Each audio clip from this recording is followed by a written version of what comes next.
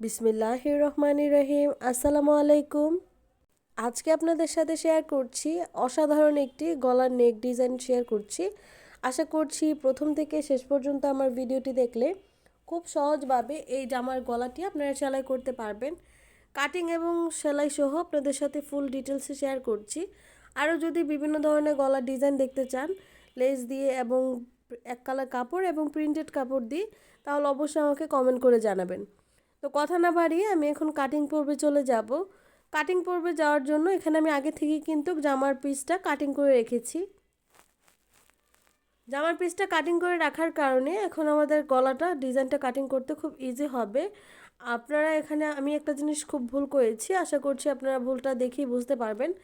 আপনারা পিছন পার্টটা আলাদা করে নেবেন। পিছন পার্টটা যেহেতু নর্মাল গলা হবে তো সেক্ষেত্রে আলাদা করে নেবেন। তা আমি এখানে ভুলে গিয়েছিলাম।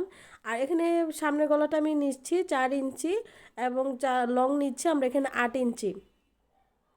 8 ইঞ্চি নিয়েছি যেহেতু আমাদের এখানে অরেঞ্জ কালার কাপড়টা যোগ হবে, তো সেই কারণে আমি এখানে 8 ইঞ্চি নিচ্ছি। তো এভাবে আমি সামনে এবং পিছনেরটা কাটিং করে নিয়েছি। আপনারা চাইলে কিন্তু এখানে শুধু সামনের গলাটাই কাটিং করে নেবেন, পিছন গলাটা আবার এক্সট্রা অন্যভাবে কাটিং করে নিতে পারবেন। এখানে আমি একটি কমলা কালার কাপড় নিয়েছি, এটা আমার সালোয়ারের প্রিন্ট ছিল, এক কালার কাপড় ছিল। তো সেখান থেকে আমি এখন যে গলার পট্টিটা সেটা কাটিং করে নিব। নিচ থেকে প্রায় 1/2 ইঞ্চির মতো একটু রেখেছি বাড়তি, সেটা আমাদের গলার পট্টিটা কাটিং করছি যেহেতু, তো সেই কারণে আমি এভাবে ধরে নিচ্ছি। গলার যে মেজারমেন্টে কাটিংটা করেছিলাম সেম মেজারমেন্টেই কিন্তু দিয়েছি। এখন আমি 2.5 ইঞ্চিতে মার্কিং করে নিচ্ছি। মার্কিং করার পর এখান থেকে আমাদের যে গলার লংটা সেটা নিব।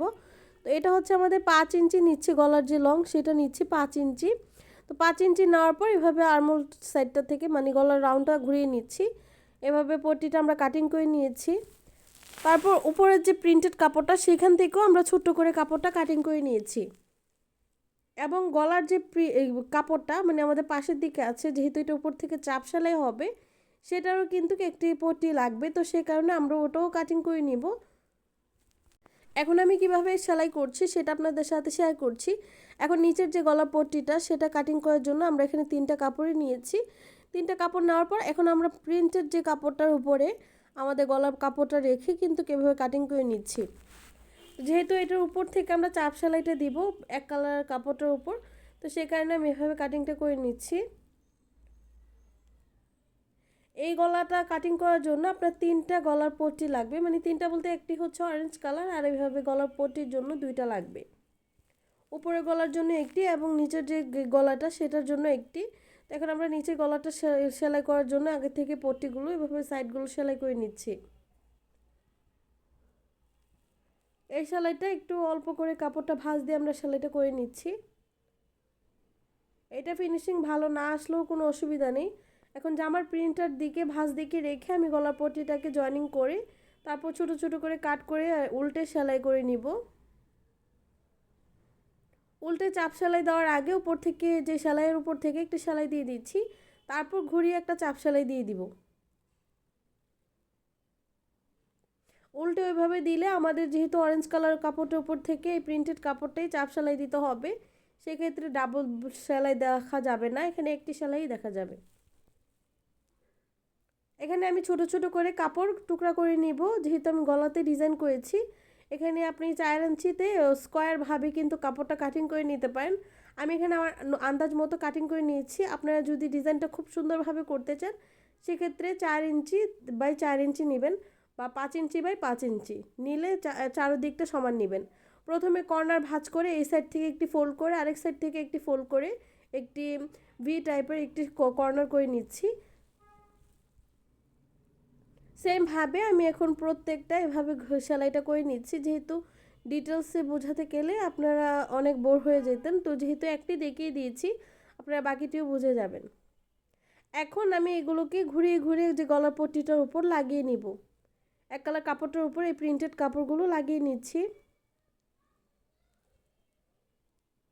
এই এক কালার কাপড়টার উপর লাগানোর ক্ষেত্রে এই কাপড়টা অবশ্যই বড় যে নিডল সেলাই, তো মেশিনের লুজ ফিটিংয়ের অংশ থেকে বড় নিডল সেলাইটা দিয়ে এই সাইডটা সেলাই করে নেবেন।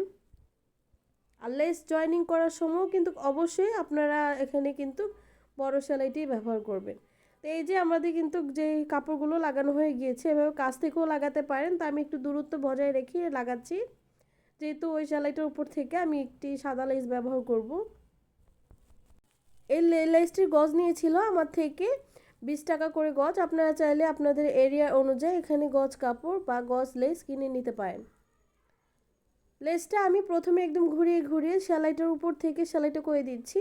আপনারা চাইলে কিন্তু আগে থেকে যে কাপড়গুলো নিচ থেকে বের হয়ে আছে সেগুলো কাটিং করে নিতে পারেন। আমি এখানে কিন্তু কাটিং করে নিব, অবশ্যই সেটা আপনাদের সাথে শেয়ার করছি। উপর থেকে সেলাই করার পর এই যে কাপড়গুলো এভাবে নিচ থেকে কাটিং করে দিচ্ছে, বাড়তি কাপড়গুলো এভাবে সবগুলো এভাবে কাটিং করে নিতে পারেন। এরকম ভিডিও যদি আরও দেখতে চান সেটা অবশ্যই আমাকে কমেন্ট বক্সে জানিয়ে দিবেন। আর ভিডিওটি ভালো লেগে থাকলে অবশ্যই ভিডিওটিতে একটা লাইক দিয়ে দিবেন।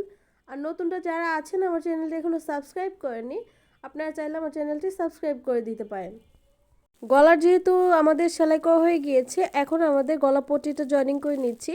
এটা আমি উল্টো সাইডের যে গলাটা সেলাই করেছি সেটার উপর থেকে আপনাদেরকে দেখিয়ে দিচ্ছি। সেমভাবে কিন্তু আমি এটা ভাঁজ গলাতেও মানে সামনের দিকের গলাটাতেও পট্টিটা জয়েনিং করে নিব।